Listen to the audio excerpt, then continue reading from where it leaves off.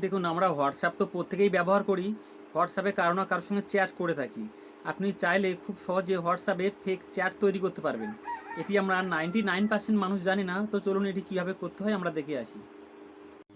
এর জন্য Google open করতে হবে। ওপেন করার পর এখানে লিখতে হবে ফেক হোয়াটসঅ্যাপ চ্যাট। সবার উপরের লিঙ্কটিতে ক্লিক করতে হবে। ক্লিক করার পর দেখুন একটি ফরম্যাট আছে হোয়াটসঅ্যাপের চ্যাটের, ওখানে ক্লিক করব। ক্লিক করার পর আপনার চাইলে নামটাও পরিবর্তন করতে পারবো। নামটা পরিবর্তন করে নিলাম।